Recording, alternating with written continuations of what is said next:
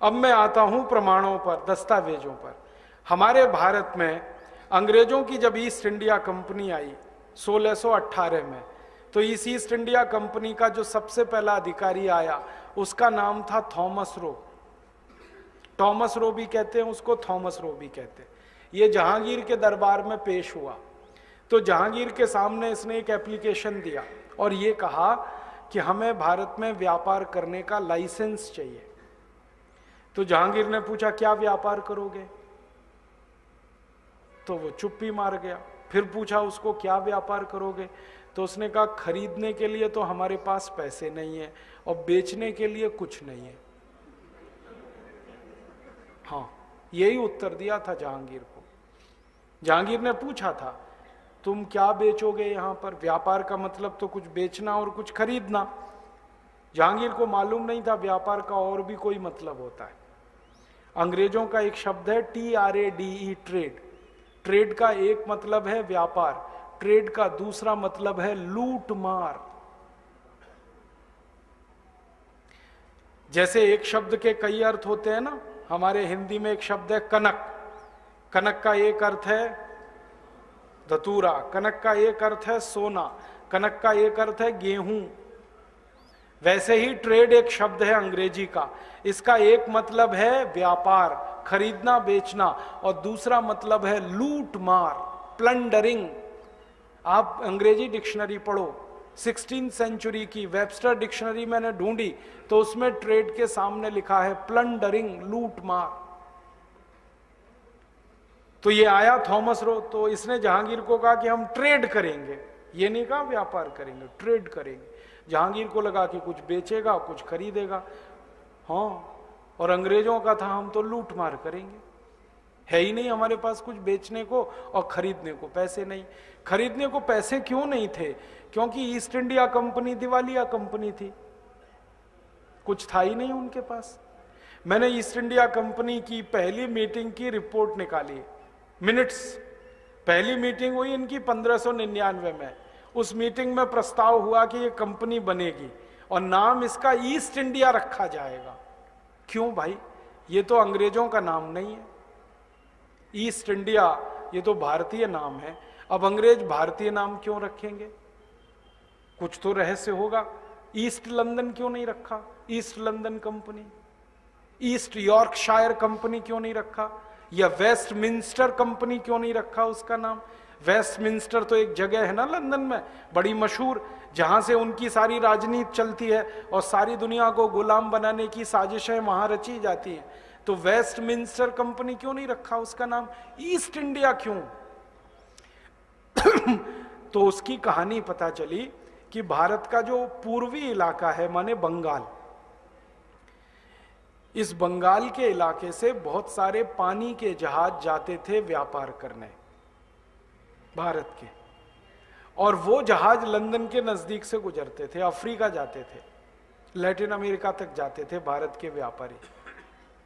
तो जब पानी के जहाज गुजरते थे लंदन के नजदीक, तो अक्सर ये अंग्रेज उनको लूटा करते थे पानी के जहाजों को, क्योंकि अंग्रेजों का मुख्य व्यवसाय यही था, लूट मार। कारण खेती होती नहीं, और आज से नहीं सैकड़ों साल से नहीं होती। आपको सुनकर हैरानी होगी, अंग्रेजों के देश में खेत जोतने वाला पहला हल 1760 में बना, वो भी भारत के हल की नकल करके। उसके पहले हल ही नहीं था उनके पास। अब जिस देश के किसानों के पास हल ना हो वो खेत में क्या जोत लेंगे, और वैसे भी खेत में कुछ होता नहीं वहां, तो खेती तो थी नहीं, खेती नहीं थी, उद्योग नहीं था। इंग्लैंड का भी वही हाल था जो जर्मनी की कहानी मैंने सुनाई, ये तो पूरे यूरोप का ऐसा ही हाल था। तो उनके यहाँ कुछ होता नहीं था, तो जिंदगी कैसे कटती थी उनकी।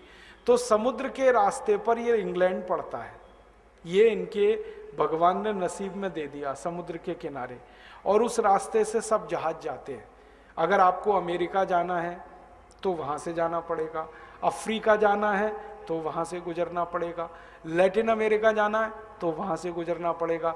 तो इंग्लैंड का लंदन एक ऐसी जगह पर है जहाँ से अक्सर पानी के जहाज गुजरते थे व्यापार करने वाले। और दुनिया में सबसे ज़्यादा व्यापार करते थे दो देश, एक भारत और एक चीन। और इनके जहाज जाया करते थे अक्सर, तो उन जहाज़ों को ये अंग्रेज लूटते थे।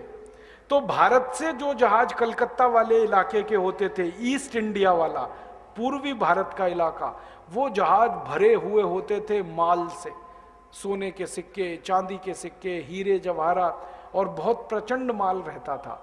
अंग्रेज जब लूटते थे तो बहुत मिलता था उनको, इसलिए उनको लगा कि भारत का जो ईस्ट पार्ट है ये बहुत समृद्धशाली है, यहीं लूटना है हमको, तो नाम रखा ईस्ट इंडिया। ये तो चालाकी अंग्रेजों की हमेशा से है, अंग्रेजों की नहीं, यूरोप के लोगों की। जिस देश में जाओ उसी देश का नाम अपनी कंपनी के साथ लगाओ। हिंदुस्तान लीवर सुना है कि नहीं?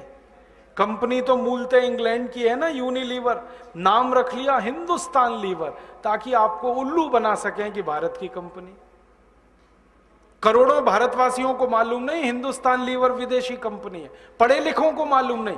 वो तो मुझे तर्क करते हैं, राजीव भाई ये तो भारत की कंपनी है ना, नाम में हिंदुस्तान लगा हुआ है। ऐसी ही कहानी है ईस्ट इंडिया कंपनी। तो भारतवासियों को लगे कि ये भारत की कंपनी, तो आ गए लेके उसको। अब पैसे तो थे नहीं, क्योंकि ये कंपनी दिवालिया थी। जब कंपनी बनी ना, तो मैंने वो मिनट्स देखी इनकी 1599 वाली, उनकी मिनट्स वहाँ लंदन में रखी है। ईस्ट इंडिया कंपनी का ऑफिस रहा लंदन में, वहाँ पुराने रिकॉर्ड्स हैं। तो देखा तो इनकी इनिशियल पेड अप कैपिटल 0 थी, 0, पैसे ही नहीं किसी की जेब में, और कंपनी बना ली। तो कैसी कंपनी होगी अंदाजा लगा लो, पैसे तो थे ही नहीं। फिर ये राजा के पास गए और कहा कि हमको लाइसेंस दे दो, हम जाएंगे भारत में। तो राजा ने पूछा गांठ में कुछ है, पैसे वैसे हैं? तो उन्होंने कहा हैं तो नहीं।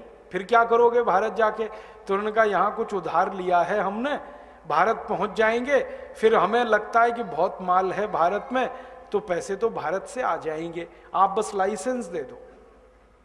तो राजा ने जो लाइसेंस दिया इनको, ईस्ट इंडिया कंपनी को, उसमें लिखा हुआ है कि तुम जो भी कुछ भारत में लूटोगे, माने ट्रेड करोगे। अब ट्रेड का हर समय अर्थ लगाना लूट मार, हाँ, नहीं तो समझ में नहीं आएगी आपको कहानी।